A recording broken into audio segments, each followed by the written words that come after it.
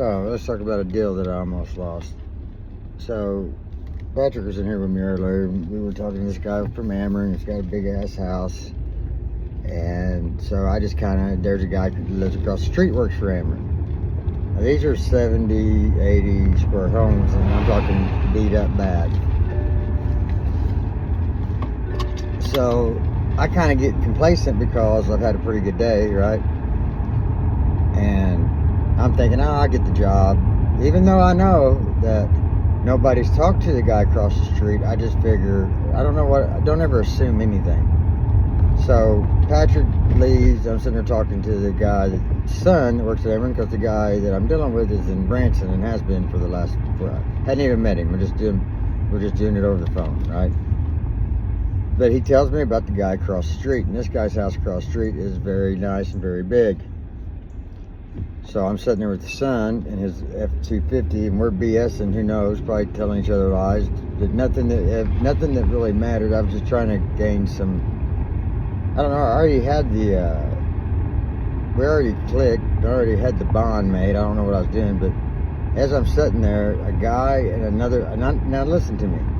I know that there are 2 other companies in there competing with me, but I'd been running them over all day, so I got, arrogant, cocky, whatever it was. Well, the kid that's sitting in the truck, he goes, "Hey man, look behind you. There's a guy." So there was a roofing company that was in there with a really nice truck, and then they had 2 trucks following it. I don't know what they were doing. But anyway, so they go up there, they get on the roof, and I see him over there. So I'm like, man, I need to call his dad, because me and his dad has a good relationship. So me and this little boy. So the boy's like, yeah, just let him leave.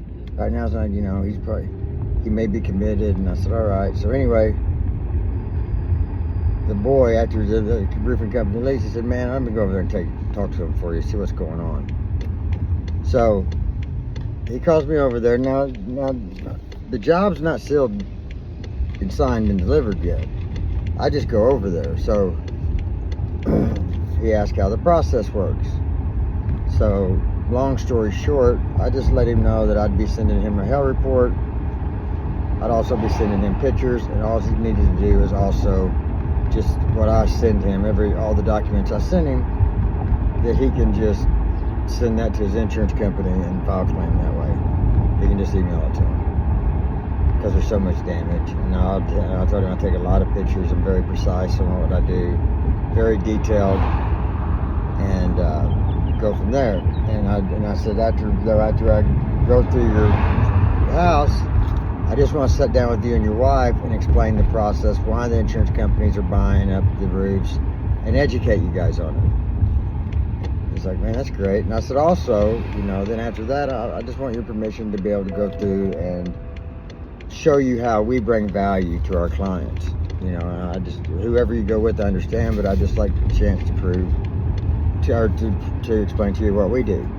Just the fact is, I didn't jump off that roof like that last guy did and said, okay, call your adjuster and make sure I'm here, and didn't show him any pictures, then just rushed out of there, right? And I could tell that he wasn't on the roof very long, and just wasn't marking a whole lot of stuff up. And I was like, man, that's weird. Maybe he didn't get hit that hard. Well, he's hit real hard. So, as it was a lesson to me, and I'm not trying to tell anybody anything that I know more than they do. I'm just telling you that a valuable lesson that happened to me today, which I had kind of slowed down a little bit with my pitch, because I'd gotten 19 or 20 no's on the road to get on the roof, okay?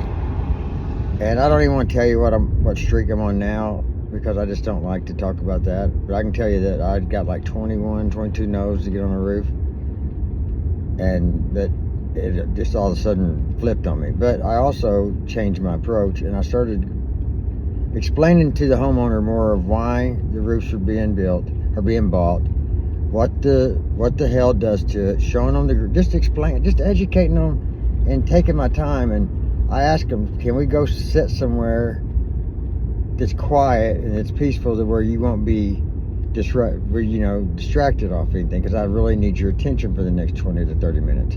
So they take me somewhere that's special to them. They take me somewhere that's where they read books or whatever they may do, but it's somewhere that's comfortable for them in their house. And if they ask you for something to drink, regardless whether you like it, take it, okay?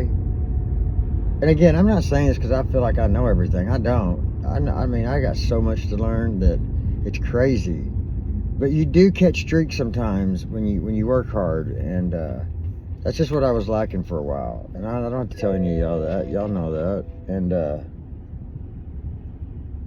but if you know the best, and I'll leave it at this because it's kind of running long, probably boring the shit out of y'all. The best quote that I've ever heard, and it's the truest quote that I've ever heard, it's this: doubt will take you out of action, and action will take you out of doubt. I was nervous when I went in there hitting those houses. I was nervous when I was in, I've been nervous. I still get nervous, right? It's just an emotion, and it's a quick emotion. It comes and goes and leaves. As soon as I enter the door, you're onto an emotion that it's a good one, you know, especially when they say, get on the fucking roof, get on the roof, get on the roof. And especially when you know, even if you tell them there's no damage, at least you got on that roof, you know what I'm saying? And that's at the end of the day, that's where you got to get, because if you don't get on the roof, you can't get to the kitchen table, you know? So anyway, that's just what I learned today. I don't know, I hope it helps somebody. And again, I'm just trying to help everybody, because you guys have been good to me when I wasn't really doing much, and you guys supported me, and I love you guys for it. It means a lot. So by God, if I'm going to get out here and work hard and I'm going to learn some things, I'm definitely going to pass it on to the team. All right, everybody have a good night.